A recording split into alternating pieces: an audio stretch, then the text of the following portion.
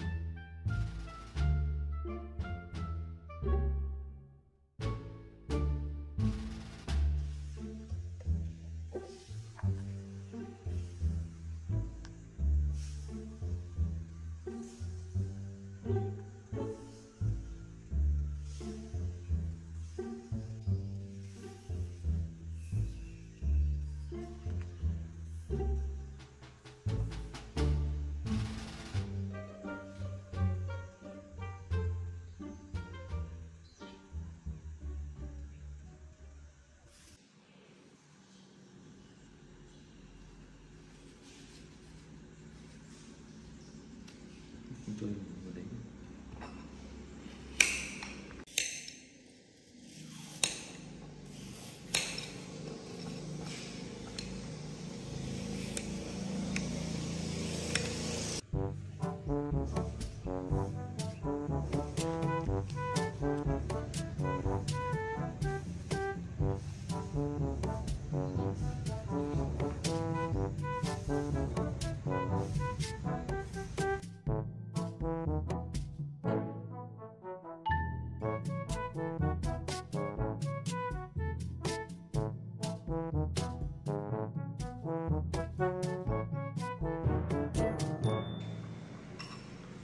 Ui ơi, chơi gì đấy? Bọn ăn nào? Gì à? Ăn nào?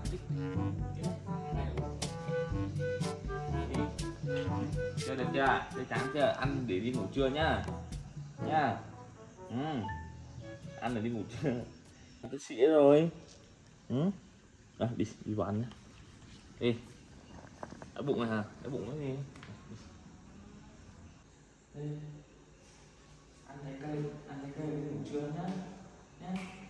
Đây, em cầm em ăn đi. Ăn từ từ thôi con. Nhỉ? Ăn vội. Rơi hả? Ăn từ từ thôi con. Nghịch nhiều quá xong rồi đói bụng hả? Hả? Từ từ. Đưa xuống. Từ từ nha. Ngon không? Ngon không? Lấy cho nó từ từ nhá, bình tĩnh nhá. Này, em cầm nó đi.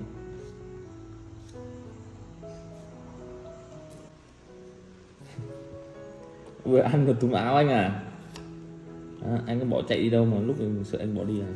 Ăn xong đi ngủ nhá, không được có phá này nhá, nghe chưa? Mày lụi xỉa nha. Rồi, ăn đi, ăn từ từ thôi con. Thế nhá, mày vội nhá. Nhìn cái gì? Anh ngồi đây mà. Đó, anh có bỏ đi đâu. Này cầm, anh chỉ có cầm nha. Rồi nước xỉa đây, xỉa rồi tí nữa ngồi ngay ngắn lên rồi.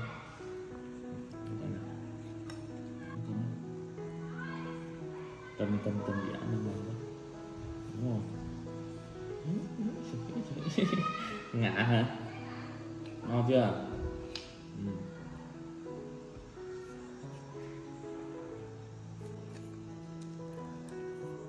Ngon không? Ăn miếng cuối này.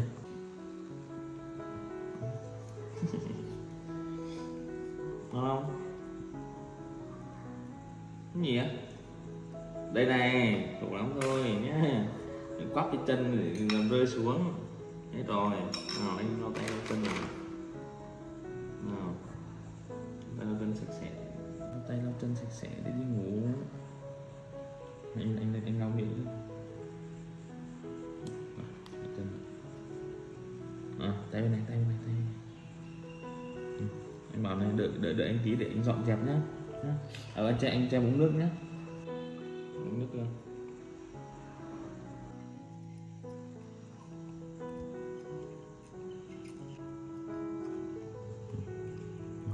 Ôi trời.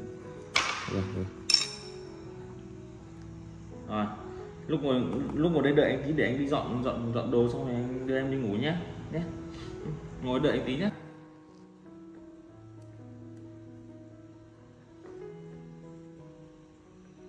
Đợi anh tí lúc đó. Đợi anh tí dọn đi ngủ.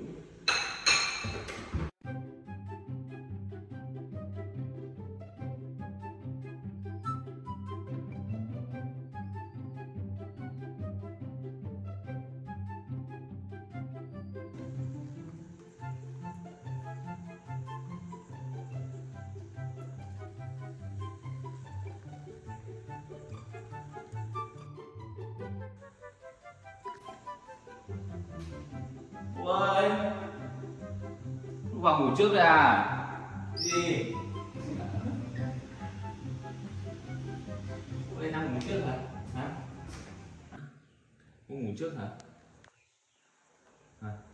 Đi, đi ngủ đi. Đi. Lúc nào cũng ngủ đi. Anh nằm đây ngủ nhá. Rồi ngủ đi. Nằm lại như này, ôm như này mới ngủ được này.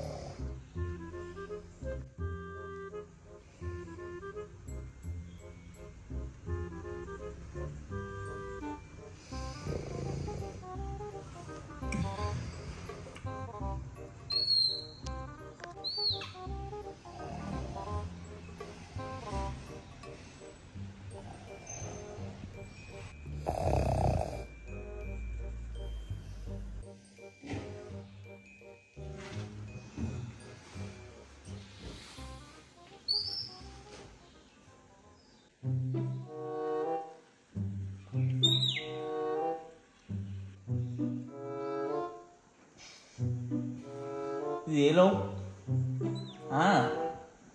Gì bịt mồm anh lại? Không ngủ đi, bịt mồm anh cái gì đấy? Nằm lên ngủ, nằm lên ngủ. Ngủ đi. Ngủ đi nhá. Ngủ đi. Anh ngủ bịt mồm anh lại. Ngủ đi nhá.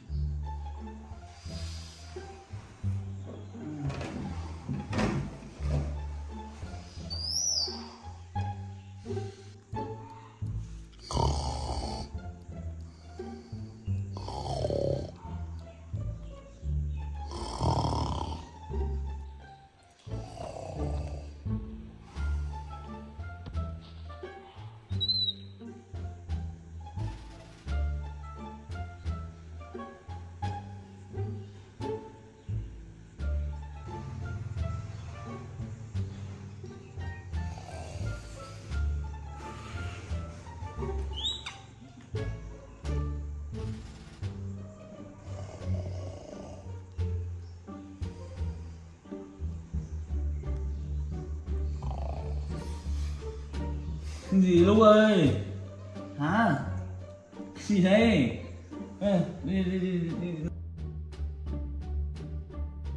Ngủ đi. Mình anh ngủ đi. Để anh ngủ nhá. Ngủ ngủ không? Này đó.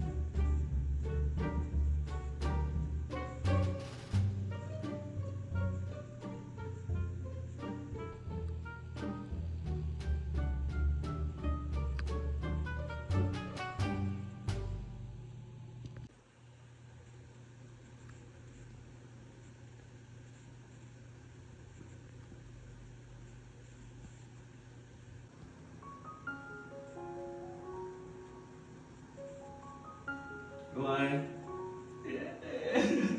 Chú đang ngủ à? Gì vậy? Hả? Sao con đi ngủ? À, con đi ngủ với anh.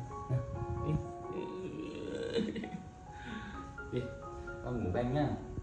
Sao lại chú con đang ngủ mình vậy? Sao á? Sao đâu? Con đi ngủ đi, con đi ngủ đấy.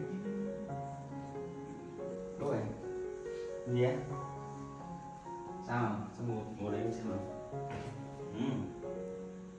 Sao lại con đi ngủ?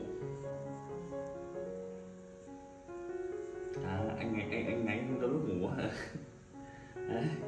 Thôi đi cái mày rồi con chưa ngủ được tí nào chưa? Giận không được ngủ với anh cho con kia một mình hả?